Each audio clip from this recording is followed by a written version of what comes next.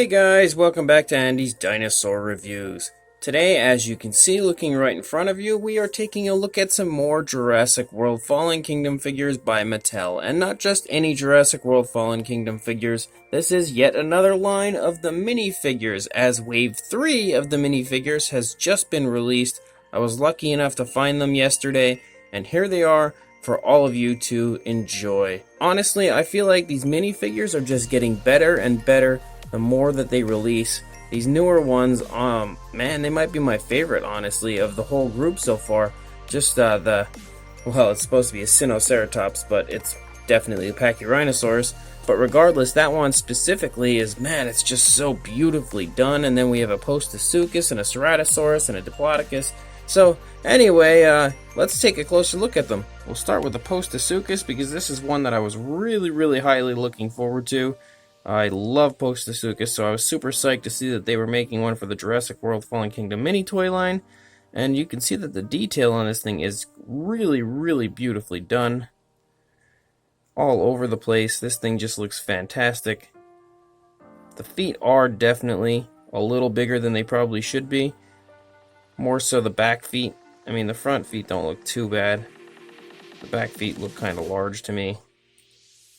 I don't really know why, as this is a four-legged animal, so they probably could have balanced it quite well regardless. But either way, you can see that the detail, again, like I was saying, is really nicely done. The teeth look beautiful inside the mouth. Articulated jaw is the articulation on this figure, and the jaw works perfectly. The eyes are painted a pure black, but there's no sloppiness to them. They look very nice. The overall sculpt of this guy is really beautifully done. I like the paint. You can actually see up here on the top, there's that light green that is on the underside.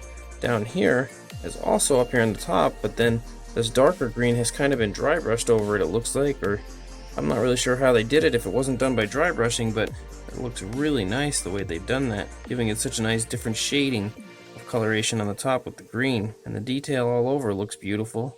Even the legs, nice leg muscles here in the back. So this Postosuchus is fantastic, pretty much as I expected it to be. Every side you look at it from, the sculpt is really nice, and the paint looks good as well.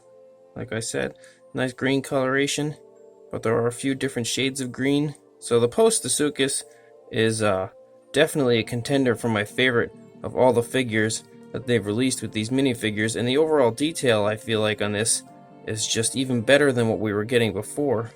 The sculpt work is really nice. Then we have the same Stegosaurus we've already reviewed before. This is the one from Wave 2, I believe, with this green bluish type of a coloration that it has. Exactly the same. There is no difference whatsoever between this and the other Stegosaurus that we got previously. And continuing on with figures that we've already had previously, the Tyrannosaurus Rex. Again, this is exactly the same T-Rex that we've gotten in the other wave. I believe this one originally came from Wave 1, so nothing different at all. Paint, everything still all exactly the same. Regardless, though, it is a really nice Tyrannosaurus Rex, as is the Stegosaurus that we just had a look at a minute ago. The articulation on this guy is again in the jaw, as we mentioned previously. The articulation in the Stegosaurus is in the tail. So still, even though we've gotten them before, they are both still beautiful minifigures. Then there is the Diplodocus. Now, when I had seen the little promotional pictures for this guy, I thought, man, that's probably the ugliest Diplodocus that I've ever seen. But once you actually get it in hand, it's really much nicer than I realized it would be. You can see that head sculpt really looks beautiful to me. I really like the head sculpt, and I think that's what really won me over on this guy is the head. It looks really nicely done. I'm not so sure about these ridges that run along the back. They look a little big to me. Definitely much larger than they should be, but it still looks nice. The actual sculpt of it is really nice. Lots of little minute details. And again, the feet, for some reason on this guy, are a little bigger than they should be, but they don't look terrible. One thing that is definitely a downfall to this is the tail is really short compared to what it should be. But I mean, that's kind of to be expected, as the tail being super long wouldn't leave much room to put him in the package, but I would have really liked the tail to have been longer because it's really short. The neck actually is longer than the tail. Definitely one downside to this figure. Almost makes it look like it's a Mamenchisaurus because of the shorter tail and longer neck. But regardless, it still looks really, really nice. And the sculpt work is beautifully done. Just needed a longer tail is all. The coloration is pretty plain, but usually is on most sauropods. It is applied really nicely and looks very real the way it's been applied. And the articulation, as with the Brachiosaurus and Apatosaurus, is in the neck. So you could put the neck down. He looks really awkward in that position. Or you could put the neck up, which is the position that I think he looks nice in. Put it up really far if you really want to make him look super awkward. But either way, still a pretty cool figure. Definitely better than I expected it to be. Then we have the Indoraptor, which is again the same Indoraptor that we had with I think Wave 2 was when we got this guy. So it's got the articulation in the mouth, and the figure itself is really, really nice. The sculpt work is beautiful. It's an absolutely fantastic minifigure version of the Indoraptor, but again, we have reviewed this one in the past, and I will put links in the description to the other reviews that I've done for the minifigures. So if you do want to see a little bit better of a look of some of these figures that we have gotten before, just go ahead and check the description and click those links, because I'm not really going to continue to review the figures that we've already gotten, as these different waves seem to be just repeating older figures with a few new ones sprinkled in. And speaking of new ones sprinkled in, we got a Ceratosaurus, and I was so psyched to find the Ceratosaurus. I was so super hyped for when this guy was coming out, and it felt like it took a lifetime for me to finally get the mini Ceratosaurus, but here it is. I'm not super sold on the coloration because on the actual animal there's more white. This is more like a reddish all over, and it just kind of turns into a lighter red, turning sort of into a white or a beige type of a color, but the actual dinosaur definitely was more white on the side and the lower part of the body. But overall, the minifigure still looks really, really nice. The sculpt work is fantastic, and it almost looks just like the actual Rorovore. The sculpt and everything, stance, everything really looks similar. The Rorovore even has its head, it's turned slightly to the right on the Rorovore. It's turned a little more to the right, I think, on the minifigure. But the feet are in the same position and everything, the legs. So, very cool that it looks very, very similar to the larger counterpart, and it would make a very cool youngster, or an infant, of that dinosaur. But regardless, the sculpt, like I said, looks really, really nice. In the paint, although it doesn't match perfectly to what you see in the actual Jurassic Park 3 film, does still look really nice, and it is applied beautifully, very realistic and naturally. So, that is definitely a plus, even if it doesn't look exactly the same. As far as the paint goes, it is still really beautiful, and the articulation, as with every carnivore, is in the jaw. And the inside of the mouth looks very nice. Jaw works perfect as well. A few of the Wave 2 minis had a few issues, in my opinion, with the jaws, but these Wave 3 minis do not have any issues at all. They work perfectly. So, an absolutely amazing, in my opinion, mini Ceratosaurus. Then we have the same Triceratops that we had before. I don't remember if this was Wave 2 or Wave 1, but regardless, it is again the same figure that we got previously. Articulation is in the head. Head goes up and down. So again, if you want to see more on this guy, check the description for the other review. Then we also have the Spinosaurus again. So exactly the same Spinosaurus, articulation is in the jaw. He's kind of a weird looking Spinosaurus in my opinion. Definitely different, but still not terrible. He's got his own little charm. But again, another one that we already had. Then we have the Stygimoloch. Now, one thing that is very interesting about this guy is that this one actually, although it looks exactly the same at first glance as the other one that we got, it's not. It's the same sculpt, I believe, but the paint is applied a little darker, or maybe a little differently. I can't really recall, as it's been a little while since I had my other minifigure here. It's in storage at the moment, but the back here, this coloration in the back, definitely appears to be a little different or a little darker than the other one did. So this one is definitely a different variant of that figure. I believe the sculpt is the same, but the paint is definitely slightly different, which is very cool to have a different version of this dinosaur. And again, the articulation on this guy is in the neck, so that you can have them headbutting each other or other things if you would like. And it works perfectly. And the sculpt is beautiful, as with all of these minifigures.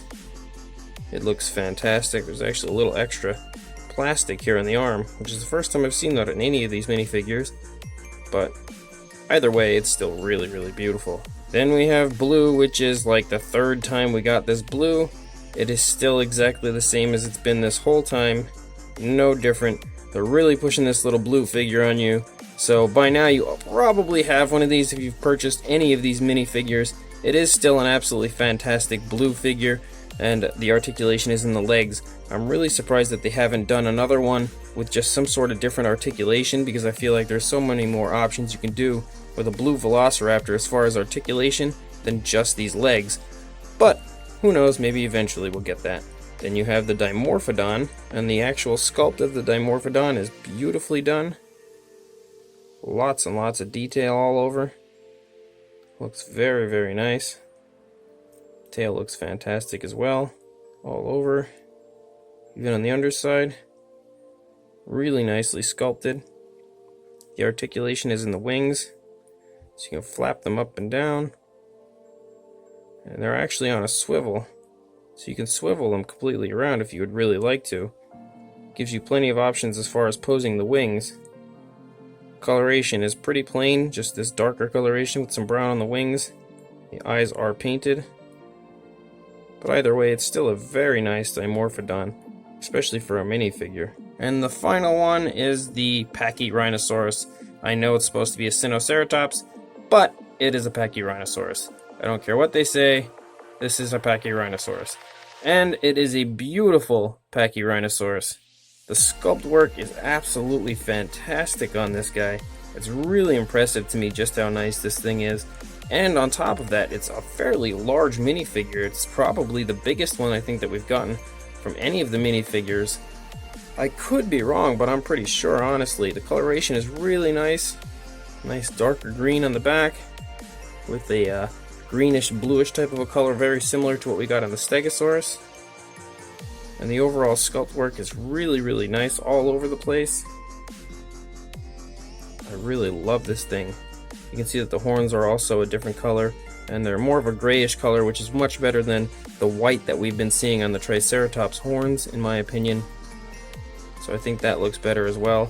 One thing as far as the mobility goes, you can see right there on the neck, it really looks like the head should go down and up like the Triceratops, and mine doesn't. Now I don't know if this is just mine that's stuck like that, or if it really does not do it, because honestly that area right there really makes it look like it does, but it turns like this. So you can totally exorcist this thing if you want to, as the head is on a swivel, but the head doesn't go up or down unless I force it. It'll probably break off, but... So the articulation in this one is just to turn his head. Not really sure why. And again, if it is supposed to go up and down, mine is completely stuck and does not do it. So be very careful when you do get yours, if you do try to force the head down, that you don't break it. But either way, this figure is beautiful, right along with all the others. So this is wave 3 of the minifigures, so now I must ask, where do we go from here? I have no idea, because as far as I know, these are the only minifigures that we've seen any type of a preview for. If you happen to know of others that may be coming out, please let me know, because I would love to know about them. I don't think there are any that are announced at this point in time. So I guess this is the last of the waves of minis, and if it isn't, then I feel like it's just going to be a big surprise when we do happen to get some others. Unfortunately, we haven't had any announced that I know of, and that is very sad, because I am loving this minifigure line so much. I really am. I think that they're all so cool, and these ones, again, are also all awesome. Even though a lot of them, probably the majority of this set of minifigures we've already gotten before, but these newer ones like the Pachyrhinosaurus, not a Spinoceratops, the Ceratosaurus, Diplodocus, Dimorphodon, and the Postosuchus are all brand new, and they are all awesome. And then of course we got a slightly different paint variation on the Stygimoloch, so very, very cool minifigures. Again, I'm not going to measure each one individually because there's just so many. It would take forever.